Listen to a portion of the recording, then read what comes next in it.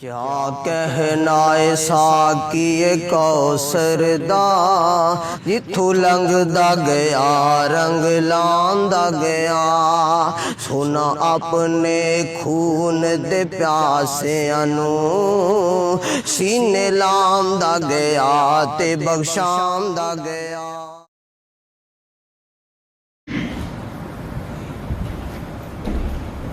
ہر قسم کی حمد و ثنا اللہ رب العزت والجلال کے لیے، لا تعداد بے شمار انگن درود و سلام سیدنا و سید الاولین والآخرین شفیع المذنبین رحمت للعالمین احمد مجتبی جناب محمد الرسول اللہ صلی اللہ علیہ وآلہ وسلم کی ذات گرامی پر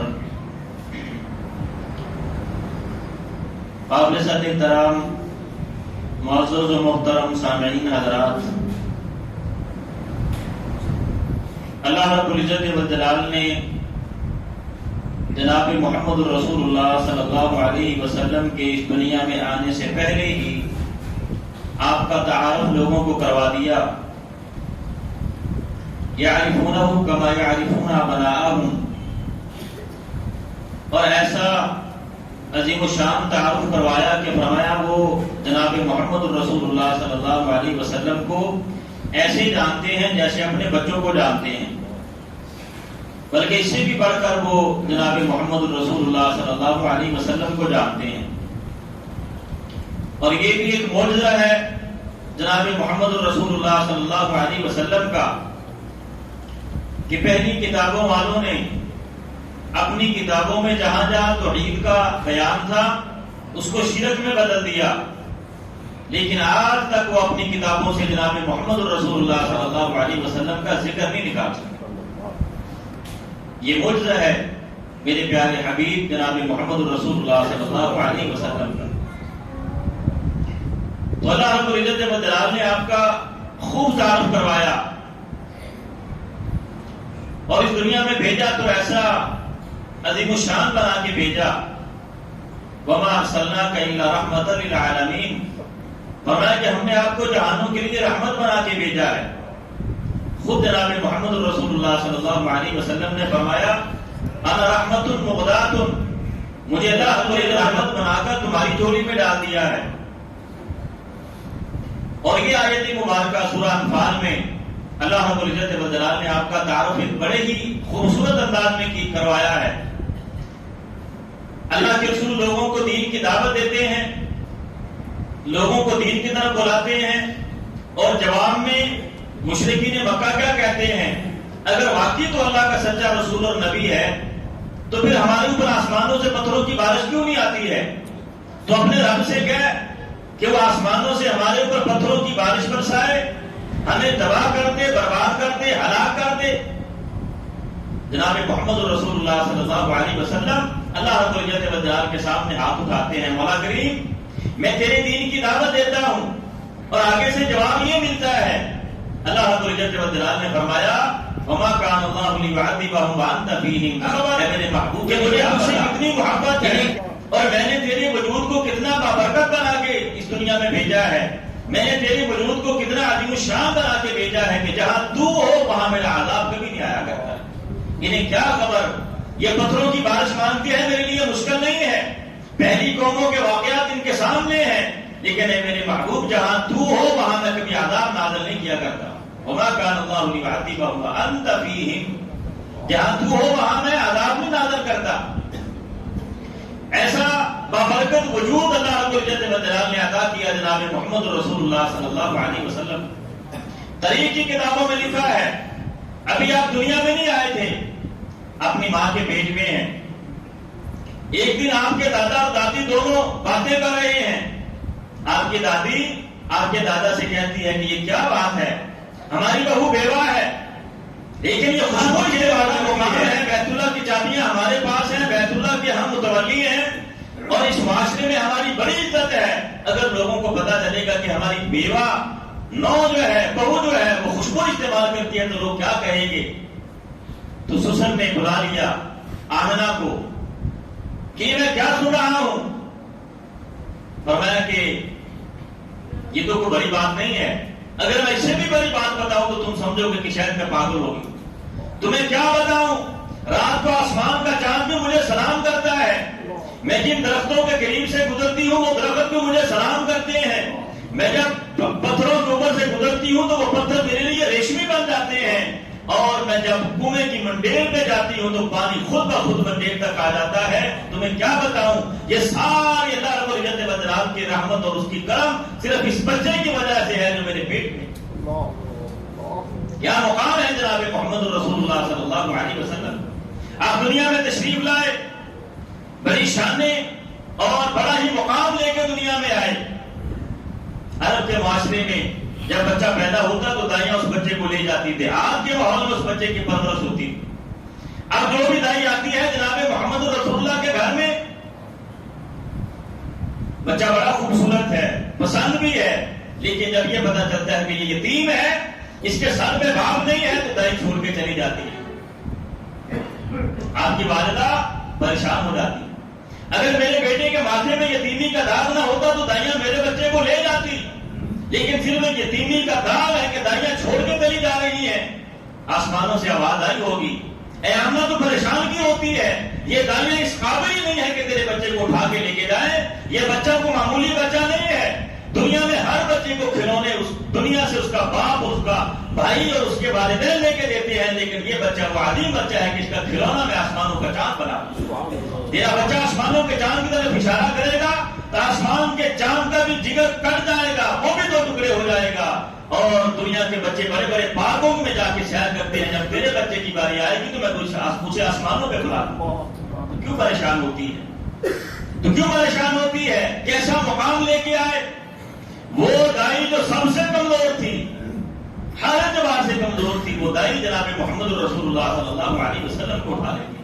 حلیمہ سعدیہ آپ کو اپنی گود میں ڈال لیتی ہے, اور اس کی وہ سواری جو سب سے کمزور تھی وہ سواری سب سے تیز ہو جاتی ہے جب اس سواری پر جناب محمد رسول اللہ کا وجود آتا ہے. آپ حلیمہ سعدیہ کے گھر میں جاتے ہیں, وہاں اللہ رب العزت والجلال کی برکتیں ہیں. وہ جانور جو دودھ نہیں دیتے تھے, اللہ رب العزت والجلال محمد رسول اللہ صلی اللہ علیہ وسلم کا وجود اللہ رب العزت والجلال نے ایسا ببرکت بنایا. حضرت ام سلمہ کہتی ہے, اللہ کے رسول کے چند بال میرے پاس تھے, میں نے انہیں بڑا سنبھال کے رکھا تھا. جب بھی کوئی بیمار میرے پاس آتا یا کوئی نظر بد والا میرے پاس آتا تو میں وہ بال پانی میں بھگو دیتی اور پھر وہ بال نکال لیتی, اپنے پاس رکھ لیتی, وہ پانی اس کو پینے کے لیے دے دیتی. جو بھی اس پانی کو پیتا تھا اللہ رب العزت والجلال اس کو شفا دے دیا کرتا تھا. آپ کے بال مبارک اتنے عظیم اور بابرکت ہیں, اگر کسی کو بخار ہے تو میں وہ بادوں والا پانی اس کو دیتی, اس کا بخار اتر جاتا. کسی کو نظر بد ہے تو اللہ اس کو شفا دے دیتا. حضرت خالد بن ولید کہتے ہیں, جب جناب محمد رسول اللہ صلی اللہ علیہ وسلم نے عمرہ کیا, بال کٹوائے, تو آپ نے وہ بال صحابہ کرام میں تقسیم کر دیے بطور تبرک. فرمایا میرے حصے میں جو بال آئے میں نے اپنی ٹوپی میں سلوا دی. وہ ٹوپی ہمیشہ میرے سر پہ رہتی تھی, ایک سفر میں وہ ٹوپی گم ہو گئی. میں نے اس قافلے کو روک دیا, جب تک میری ٹوپی نہیں ملے گی آگے نہیں چلیں گے. تلاش کرنے کے بعد جو ٹوپی ملی, ساتھی کہنے لگے کہ کوئی اتنی قیمتی ٹوپی تو نہیں ہے کہ آپ نے پورے قافلے کو روک دیا ہے, یہ تو معمولی سی ٹوپی ہے, کیا وجہ ہے کہ آپ نے پورے قافلے کو روک دیا ہے؟ فرمایا تم نہیں جانتے, اس ٹوپی میں میں نے جناب محمد رسول اللہ صلی اللہ علیہ وسلم کے بال سلوائے ہوئے ہیں. اس ٹوپی میں میں نے وہ بال رکھے ہوئے ہیں جو عمرے کے بعد جناب محمد رسول اللہ صلی اللہ علیہ وسلم نے مجھے دیے تھے, اور جب سے یہ وہ بال میں نے اس ٹوپی میں سلوائے ہیں, جس میدان میں بھی جاتا ہوں اللہ رب العزت والجلال مجھے فتح دیتا ہے. ان بالوں کی برکت ہے, ان بالوں کی وجہ سے میں جس میدان میں جاتا ہوں اللہ رب العزت والجلال مجھے فتح دیتا ہے. اللہ کی طرف سے نصرت اور مدد میرے قدموں میں آتی ہے. اللہ رب العزت والجلال نے مجھے کبھی کسی نکاح سے دوچار نہیں کیا. کیا حضرت ہیں جناب اللہ علیہ وسلم. حضرت انس ایک دن گزرے جناب محمد رسول اللہ کے پاس سے, فرمایا انس یہ خوشبو کہاں سے لی ہے جو تو نے لگائی ہے, بڑی اچھی خوشبو آ رہی ہے. فرمایا اللہ کے رسول میں نے کہاں سے لینی ہے, غریب آدمی ہوں. ایک دن آپ ہمارے گھر میں تشریف فرما تھے, آپ کا پسینہ میری ماں نے ایک ڈبے میں بند کر دیا تھا, جب ضرورت ہوتی ہے خوشبو کی وہی پسینہ لگا لیتا ہوں, وہی خوشبو بن جاتا ہے. جناب محمد رسول اللہ صلی اللہ علیہ وسلم کا پسینہ اتنا قیمتی. حضرت انس کے پاس ایک رومال تھا. چند مہمان آئے ان کے پاس تو وہ اسی رومال میں انہوں نے روٹیاں رکھی اور مہمانوں کے سامنے پیش کر دیا. رومال تھوڑا گندا تھا. دیکھا کہ مہمان شاید اس وجہ سے کراہت محسوس کرتے ہیں کہ یہ گندے رومال میں ہمیں روٹیاں دی ہیں.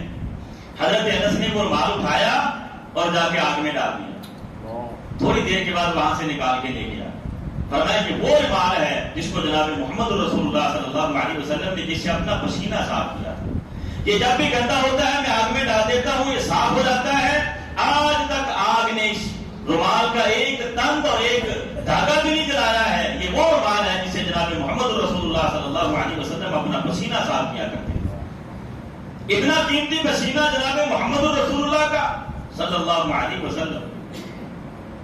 حضرت ام سلیم نے یہی تو کہا تھا جب اللہ کے رسول کے گھر میں تشریف فرما دے, آپ آرام کر رہے ہیں, وہ آپ کا پسینہ ایک ڈبی میں بند کر رہی ہیں. اللہ کے رسول بیدار ہوئے فرمایا کہ یہ کیا کرو گی؟ اللہ کے رسول ہم جو خوشبو بناتے ہیں اس میں یہ شامل کر لیں گے. اس خوشبو میں اور بہترین خوشبو بن جاتی ہے جس خوشبو میں آپ کا پسینہ شامل ہو جاتا ہے.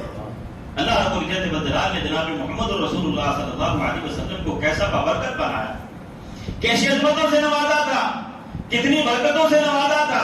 وہ نبی جس کے پسینے سے خوشبو آتی ہے, آج اس کی دائی ہوئی کتاب قرآن ہمارے گھروں میں موجود ہو, اس کی دی ہوئی تعلیمات ہمارے گھروں میں موجود ہوں, اور اس کے باوجود اگر ہم جہنم کا ایندھن بن جائے تو اس سے بڑی بدبختی کی بات کوئی نہیں ہے کہ جناب محمد رسول اللہ کا دین ہمارے پاس ہے اور ہم جہنم کی طرف چلے جا رہے ہیں. اللہ رب العزت والجلال نے کیا مقام عطا کیا جناب محمد رسول اللہ صلی اللہ علیہ وسلم. غزوہ خندق ہے, صحابہ کرام خندق کھود رہے ہیں. ایک صحابی آ گئے, اللہ کے رسول بڑی بھوک لگی ہے, یہ دیکھیں میں نے اپنے پیٹ پہ پتھر باندھا ہوا ہے. جناب محمد رسول اللہ صلی اللہ علیہ وسلم نے اپنا کپڑا اٹھا کے دکھایا, فرمایا میں نے 2 پتھر باندھے, تو نے ایک باندھا ہے, میں نے 2 پتھر اپنے پیٹ پہ باندھے ہوئے ہیں. حضرت جابر نے سنا, فوراً گھر چلے گئے, جا کے اپنی بیوی سے کہا میں نے جناب محمد رسول اللہ صلی اللہ علیہ وسلم کو دیکھا ہے کہ بھوک کی وجہ سے آپ نے اپنے پیٹ پہ 2 پتھر باندھے ہوئے ہیں, کیا ہمارے گھر میں کو کھانا ہے؟ بیوی عرض کرتی ہے کہ تھوڑے سے جو پڑے ہیں اور یہ بکری کا ایک بچہ ہے, اس کو ذبح کرو, میں آٹا بناتی ہوں اور جناب محمد رسول اللہ صلی اللہ علیہ وسلم کو دعوت دے دو کہ وہ ہمارے گھر میں آئے اور کھانا کھائے. حضرت جابر نے جلدی سے وہ بکرا ذبح کیا, گوشت بنایا, بیوی نے آٹا تیار کیا اور گئے جناب محمد رسول اللہ صلی اللہ علیہ وسلم کو دعوت دینے کے. آپ نے فرمایا کہ جابر یہ بلند مقام پہ کھڑے ہو کے تمام صحابہ کرام میں اعلان کر دو کہ سب کی دعوت ہے میرے گھر. حضرت جابر کہتے ہیں میں پریشان ہو گیا, تھوڑا سا آٹا ہے اور چھوٹا سا بکری کا بچہ ہے اور یہ اتنے لوگ کھائیں گے, کہاں سے آئے گا یہ کھانا؟ کہتے میں نے اعلان تو کر دیا اور ساتھ جناب محمد رسول اللہ صلی اللہ علیہ وسلم نے فرمایا کہ جب تک میں نہ آؤں اس وقت تک تم نے ہانڈیاں کو چولہے سے نہیں اتارنا اور روٹیاں تم اس وقت تک نہیں پکانی جب تک میں تمہارے گھر میں نہ آ جاؤں. اللہ کے رسول آئے, آپ نے اپنا تھوڑا سا لواب دہن ہانڈی میں ڈالا اور تھوڑا سا آٹے میں ڈالا. کہتے ہیں کہ جناب محمد رسول اللہ صلی اللہ علیہ وسلم کی ساری فوج, وہ سارا لشکر جو خندق کھود رہا تھا, تمام صحابہ کرام کھانا کھا گئے, نہ سالن کم ہوا نہ آٹا ہی کم ہوا. یہ برکت ہے جناب محمد رسول اللہ صلی اللہ علیہ وسلم کی دعا. یہ دعا اتنا قیمتی ہے. حضرت علی کی آنکھوں میں جائے تو اللہ رب العزت والجلال شفا دیتے. کہتے ہیں ایسے محسوس ہو کے جاتے آج تک میری آنکھوں میں کبھی درد ہی نہیں ہوا تھا. حضرت ابوبکر صدیق کی ایڑی پہ لگتا ہے تو اللہ رب العزت والجلال سانپوں کے زہر کو ختم کر دیتا ہے. یہی دعا جب کڑوے اور کھارے کنویں میں جاتا ہے تو اللہ رب العزت والجلال اس کو میٹھا کر دیتا ہے. ایسا قیمتی تھوک ہے جناب محمد رسول اللہ صلی اللہ علیہ وسلم. اللہ کے رسول ایک سفر میں جا رہے ہیں, 40 صحابہ کرام آپ کے ساتھ. پانی ختم ہو گیا, صحابہ کرام کو پانی کی تلاش کے لیے بھیجا. ایک عورت کے پاس 2 مسکینیں ہیں, وہ اس عورت کو پکڑ کے لے کے آ گئے جناب محمد رسول اللہ صلی اللہ علیہ وسلم کے پاس. آپ نے اس کی مسکینیں اٹھنی سے اتارے ان دونوں مشکلوں میں آپ نے تھوڑا تھوڑا لعاب ڈال دیا اور نیچے سے ان کا منہ کھول دیا، فرمایا پیو پانی، اپنے جانوروں کو بھی پلاؤ اور اپنے پاس برتنوں میں بھی محفوظ کر لو۔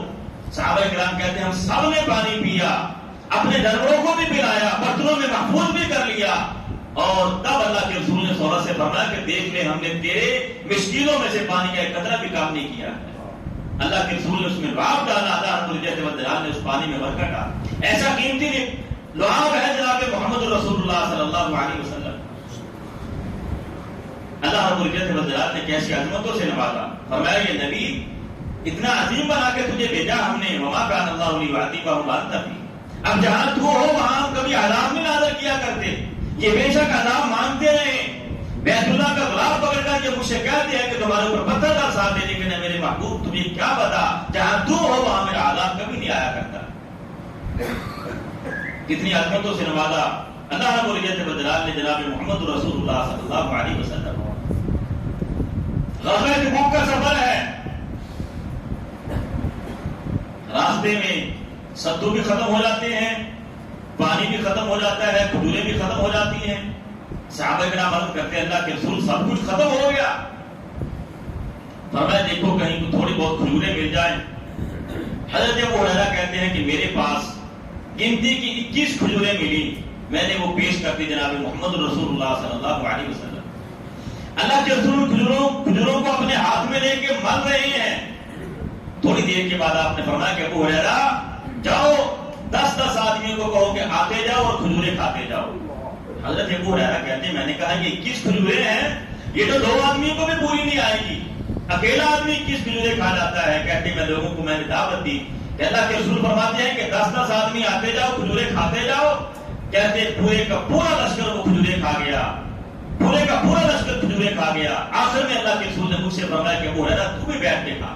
کہتے میں نے بھی خوب وہ کھجوریں کھائی، لیکن وہ کھجوریں اسی طرح پڑی تھی۔ پھر جناب محمد رسول اللہ صلی اللہ علیہ وسلم نے وہ تھیلی مجھے دے دی، فرمایا کہ اسے اپنے پاس رکھ لو۔ ابو ہریرہ کہتے ہیں وہ تھیلی ہمیشہ میرے ساتھ رہتی تھی، جب میرا جی چاہتا تھا میں اس تھیلی سے کھجوریں نکال کے کھا لیا کرتا تھا۔ کہتے ہیں صرف کھاتا نہیں تھا، میں نے اس تھیلی میں سے کھجوریں اللہ کے راستے میں صدقہ بھی کی۔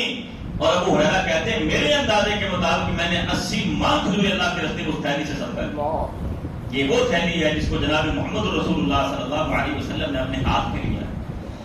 اللہ رب العزت والجلال نے ایسی برکت ڈال دی اس تھیلی میں، پورا لشکر بھی کھا جاتا ہے، ابو ہریرہ بھی کھاتے ہیں اور بعد میں بھی کھاتے رہتے ہیں، اسے صدقہ بھی کرتے رہتے ہیں۔ کہتے ہیں تقریباً 80 من کھجوریں میں نے صدقہ کی، اور بعض روایات میں آتا ہے کہ 200 من کھجوریں میں نے اس تھیلی سے صدقہ کی اللہ رب العزت والجلال کے راستے میں۔ کیسے عظمتوں والا پیغمبر اور رسول اللہ رب العزت نے ہمیں دیا ہے، اور ہم صرف اس کے آنے کی خوشی منانے پر اتباع کرتے ہیں کہ بس وہ آ گیا خوشی منا لی۔ جناب محمد رسول اللہ صلی اللہ علیہ وسلم اس دنیا میں جس مقصد کے لیے آئے تھے، جو پیغام لے کر آئے تھے، جو دعوت لے کر آئے تھے، دنیا کو اس راستے کی طرف لے کے جانا چاہتے تھے، جب تک ہم اس راستے پر نہیں چلیں گے اس وقت تک ہم کامیاب نہیں ہو سکتے۔ کیا مقام ہے جناب محمد رسول اللہ صلی اللہ علیہ وسلم۔ اللہ رب العزت والجلال نے کیسی برکتیں ادا کی ہیں۔ اللہ کے رسول ہجرت کا سفر ہے، جا رہے ہیں مدینہ کی طرف، جنگل بیابان میں بھوک لگی ہے، پیاس بھی لگی ہے، ایک خیمہ نظر آیا، فرمایا ابو بکر جاؤ اس خیمے میں دیکھو کچھ کھانے کے لیے مل جائے، پینے کے لیے پانی مل جائے۔ حضرت ابو بکر صدیق گئے، ایک اماں بیٹھی ہے، ام معبد آفتہ بنت خالد، جا کے کہا اماں جان ہم مسافر لوگ ہیں، بھوک لگی ہے، ہمیں کھانے کے لیے کچھ چاہیے۔ وہ اماں کہتی ہے کہ میرے گھر میں اب تو کچھ نہیں ہے، میرا خاوند بکریاں چرانے کے لیے باہر گیا ہوا ہے، یا شام کو آئے گا تو ہم تمہیں دودھ پیش کر سکتی ہے، یہی کر سکتی ہے، اس کے سوا ہمارے پاس کچھ نہیں ہے۔ اللہ کے رسول صلی اللہ علیہ وسلم بھی آ گئے، فرمایا ابو بکر یہ جو کونے میں بکری بندھی ہوئی ہے، اماں سے پوچھو کہ اجازت دے تو ہم اس کا دودھ نکال لیں۔ حضرت عاتقہ بنت خالد ام معبد رضی اللہ عنہا فرماتی ہے کہ یہ بکری تو بڑی کمزور ہے، یہ تو دودھ نہیں دیتی ہے، اتنی کمزور ہے یہ تو دوسری بکریوں کے ساتھ باہر چارہ چرنے کے لیے بھی نہیں جا سکتی ہے۔ اللہ کے رسول فرماتے ہیں ابو بکر آپ اماں سے یہ پوچھو، ایک بار اجازت تو دو ہمیں، ایک بار اجازت تو دے دو ہمیں۔ جب بار بار اصرار کیا، اللہ کے رسول کو اجازت ملتی ہے، جناب محمد رسول اللہ صلی اللہ علیہ وسلم اپنا ہاتھ مبارک اس بکری پر پھیرتے ہیں، اللہ رب العزت و جلالہ اس کمزور لاغر بکری کے تھنوں میں دودھ بھر دیتا ہے، اللہ کے رسول اس کا دودھ دھوتے ہیں، خود بھی پیتے ہیں، ابو بکر صدیق کو بھی پلاتے ہیں، عمرو بن فہیرہ بھی پیتا ہے، اسامہ کو بھی پلایا، اور اسامہ کے گھر کے سارے برتن دودھ سے بھر دیے۔ جناب محمد رسول اللہ صلی اللہ علیہ وسلم کے ہاتھوں کی برکت ہے، اس بکری کو اللہ کے رسول کا ہاتھ لگتا ہے تو اللہ رب العزت اس کے تھنوں میں دودھ بھر دیتا ہے۔ جناب محمد رسول اللہ صلی اللہ علیہ وسلم جب وہاں سے چلے گئے، اس کا خامد شام کو آیا تو وہ کہتا ہے لگتا ہے کوئی مہمان آیا تھا، خوشبو آ رہی ہے۔ جناب محمد رسول اللہ صلی اللہ علیہ وسلم کو تلاش کرنے والا آپ کی خوشبو سے تلاش کر لیا کرتا تھا، جس گلی اور بازار سے اللہ کے رسول گزرتے وہاں سے خوشبو آتی تھی، اور خوشبو سے وہ جناب محمد رسول اللہ صلی اللہ علیہ وسلم تک پہنچ جایا کرتا تھا۔ فرمایا کسی مہمان کی خوشبو آ رہی ہے، اب اس نے تورات اور انجیل میں اللہ کے رسول کا ذکر تو پڑھا تھا، اور وہ بیٹھا بھی اس انتظار میں تھا کہ اللہ کے رسول یہاں سے گزریں گے تو ہم ان پر ایمان لا کر اسلام قبول کر کے مسلمان ہو جائیں گے۔ عاتکہ بنت خالد کہتی ہے کہ 3-4 مہمان آئے تھے، اور جو ان کا سردار تھا میں تو اس کو دیکھتی رہ گئی، اتنا خوبصورت، اور جب بولتا تھا یوں لگتا تھا جیسے موتیوں کی لڑی اس کے منہ سے نیچے گر رہی ہے، اتنی شاندار گفتگو کرنے والا، اور اس کی گردن ایسی تھی جیسے پہلی رات کا چاند ہوتا ہے، جھکا ہوا تھا، سر اس کا جھکا ہوا تھا، میں تو اس کی طرف دیکھتی رہ گئی۔ وہ مہمان یہاں سے گزرے ہیں، اور یہ بکری مفسرین نے لکھا ہے کہ 18 سال تک وہ بکری زندہ رہی، اور 18 سال تک وہ بکری دودھ دیتی تھی۔ وہ کہتا ہے اللہ کی بندی اسی کے انتظار پہ تو ہم یہاں بیٹھے، وہاں سے اپنا سامان اٹھایا اور مدینے میں چلے گئے۔ جناب محمد رسول اللہ صلی اللہ علیہ وسلم پر آپ کے پاس پہنچ کر آپ پر ایمان لا کے مسلمان ہو جاتے ہیں۔ کیا شان اور مقام اللہ رب العزت و جلالہ نے دیا جناب محمد رسول اللہ صلی اللہ علیہ وسلم۔ آج ایک سفر میں ہے، پانی ختم ہو گیا، ایک لوٹے میں تھوڑا سا پانی لایا گیا جناب محمد رسول اللہ صلی اللہ علیہ وسلم کے پاس۔ صحابہ کرام کہتے ہیں اللہ کے رسول نے اس میں ہاتھ ڈالا، ہم نے اپنی آنکھوں سے دیکھا کہ اللہ کے رسول کی 5 انگلیوں سے اللہ رب العزت و جلالہ نے 5 چشمے جاری کر دیے۔ ایسا بابرکت وجود، ایسی عظمتوں والا پیغمبر، ایسی رفتوں اور بلندیوں والا نبی اللہ رب العزت و جلالہ نے ہمیں عطا کیا، اور ہمارے بد نصیبی ہے کہ ہم اس نبی کی بات کو ماننے کے لیے تیار نہیں ہے، بس خوشی منانے پر اکتفا کرتے ہیں، ایک دن کو منانے سے سمجھتے ہیں کہ پورا سال پورا ہو گیا۔ ایسا عظیم الشان پیغمبر اللہ رب العزت و جلالہ نے امت محمدیہ کو دیا ہے کہ جس کو امتی بننے کے لیے اللہ کے نبی بھی اللہ سے دعا کرتے ہیں کہ ہمیں اس نبی کا امتی بنا دے۔ آج ہم اس کے امتی ہو کر بھی جہنم کی طرف جائیں، اس سے بڑی بد نصیبی کی بات کوئی نہیں۔ اللہ کے رسول نے اس پانی میں ہاتھ ڈالا، اللہ رب العزت و جلالہ نے پانی کے 5 چشمے جاری کر دیے۔ کیا مقام ہے، کیا عزت ہے جناب محمد رسول اللہ صلی اللہ علیہ وسلم۔ یہ چہرہ مبارک آسمانوں کی طرف اٹھتا ہے، اللہ رب العزت و جلالہ قبلہ تبدیل کر دیتا ہے۔ قد نرى تقلب وجهك في السماء فلنولينك قبلة ترضاها۔ آسمانوں کی طرف یہ بار بار چہرہ اٹھنا اللہ رب العزت و جلالہ کو اتنا پسند آتا ہے کہ اللہ نماز کی حالت میں قبلہ تبدیل کر دیتا ہے۔ یہ ہاتھ اٹھتے ہیں، یا اللہ اسلام کی عزت کے لیے، اسلام کی سر بلندی کے لیے عمر بن خطاب چاہیے، اللہ رب العزت و جلالہ عمر بن خطاب عطا کر دیتا ہے۔ اتنا عظیم وجود میرے پیغمبر کا، جناب محمد رسول اللہ صلی اللہ علیہ وسلم کا، اس دنیا میں تشریف لائے تو کیسی عظمتوں کے ساتھ آئے، کیسی رفتوں کے ساتھ آئے، دنیا میں زندگی گزاری تو بڑی شاندار زندگی گزاری، پاکیزہ زندگی گزاری۔ دنیا سے گئے تو ابو بکر صدیق نے فرمایا تھا اے اللہ کے نبی آپ دنیا میں زندہ رہے تو پاکیزہ رہے، دنیا سے گئے ہیں تو پاکیزگی کی حالت میں گئے۔ جناب محمد رسول اللہ صلی اللہ علیہ وسلم کیا شان اور مقام لے کر دنیا میں آئے۔ شاہ ولی اللہ نے کہا تھا یا صاحب الجمال یا سید البشر من وجهك المنير لقد نكر القمر لا يمكن الثناء كما كان حقه۔ شاہ ولی اللہ نے کہا ہم آپ کی شان کیسے بیان کریں، جس کی شان اللہ رب العزت و جلال بیان کرتا ہے، میں اس کی شان کیا بیان کر سکتا ہوں۔ اللہ رب العزت و جلال جس کی تعریفیں کرتا ہے میں اس کی کیا تعریف کر سکتا ہوں۔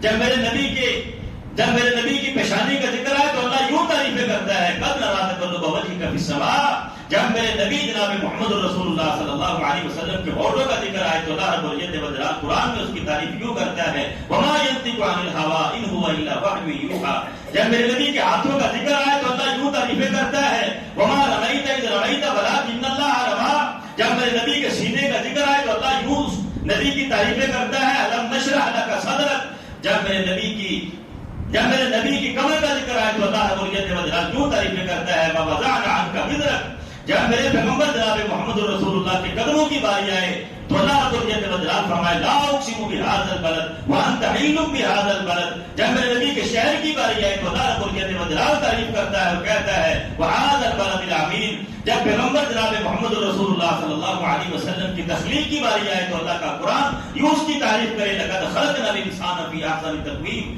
جب جناب محمد رسول اللہ صلی اللہ علیہ وسلم کی ازواج مطہرات کی باری آئے تو قرآن کہتا ہے یا نساء النبی لستن کاحد من النساء، جب پیغمبر جناب محمد رسول اللہ کی بیٹیوں کی باری آئے تو قرآن کہے یا ایھا النبی کل ازواجک و بناتک و نساء المؤمنین، جب تمام صحابہ کرام کی باری آئے تو اللہ رب العزت و جلال فرمائے ولکن اللہ حبب الیکم الایمان وزینہ فی قلوبکم وکرہ الیکم الکفر والفسوق والعصیان، اللہ رب العزت و جلال جس کی تعریفیں کرتا ہے میں اور تو اس کی کیا تعریف کر سکتے ہیں؟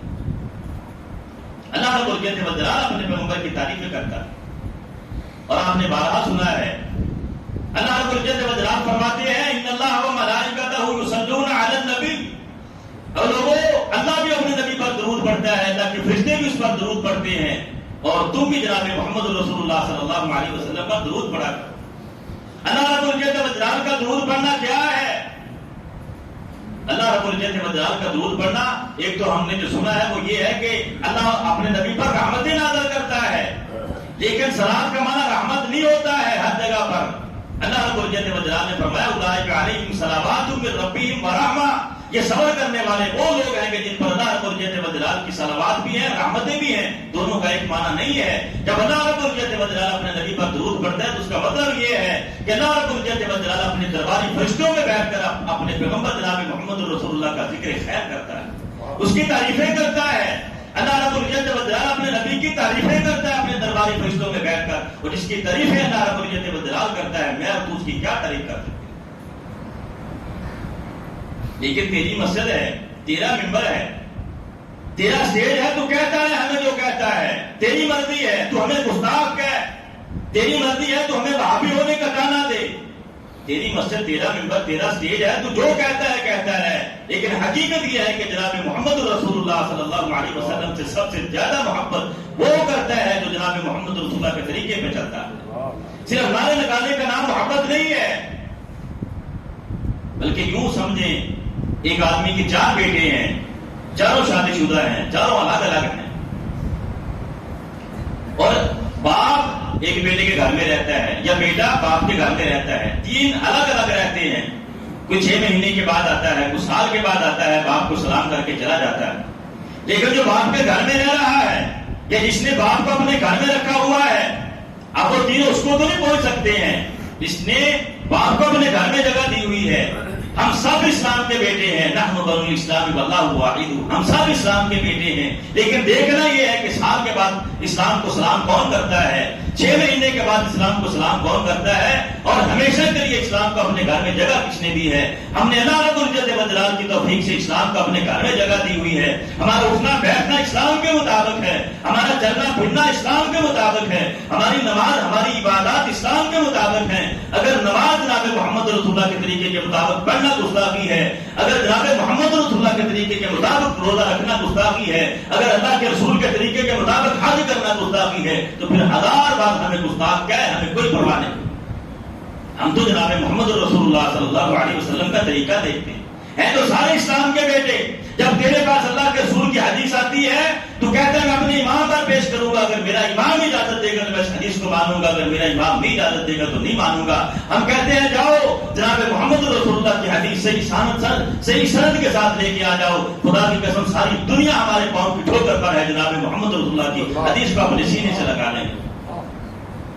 تو تانے دیتا ہے تیری مرضی، لیکن حقیقت یہ ہے کہ جناب محمد رسول اللہ صلی اللہ علیہ وسلم سے پیار وہ کرتا ہے جو ایک ایک سنت پر مر مٹنے کے لیے تیار ہو جاتا ہے۔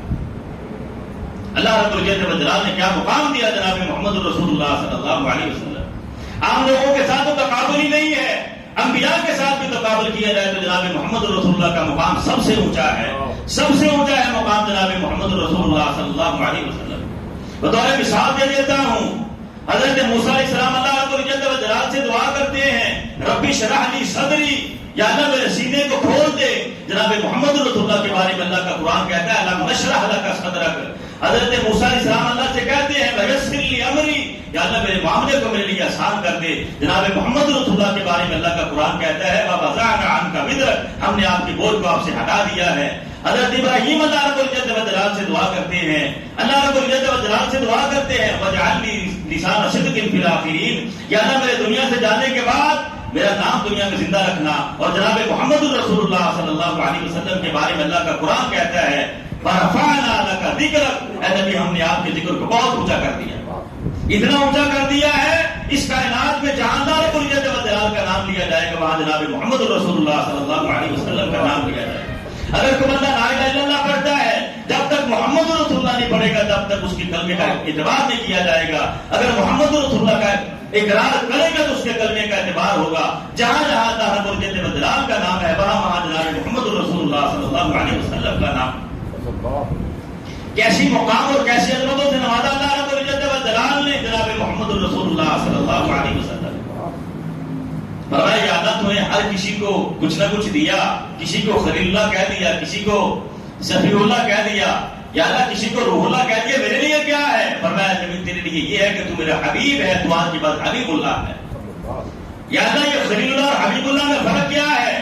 فرمایا خلیل وہ ہوتا ہے جس سے میں محبت میں سب کچھ چھین لیتا ہوں، خلیل وہ ہوتا ہے جس سے محبت میں سب کچھ چھین لیتا ہوں، اور حبیب وہ ہوتا ہے جس کو محبت میں سب کچھ عطا کر دیتا ہوں.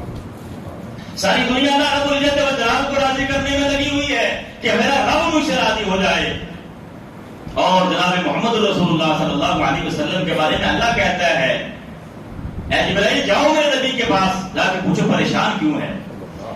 جناب محمد رسول اللہ صلی اللہ علیہ وسلم کے پاس اللہ کا فرشتہ آیا، جبرائیل آیا، قاصد آیا. اللہ پوچھتا ہے پریشان کیوں ہے؟ اور میں پریشان اپنی امت کے بارے میں ہوں. اللہ رب العزت والجلال کو جا کے بتایا وہ اپنی امت کے بارے میں پریشان ہے.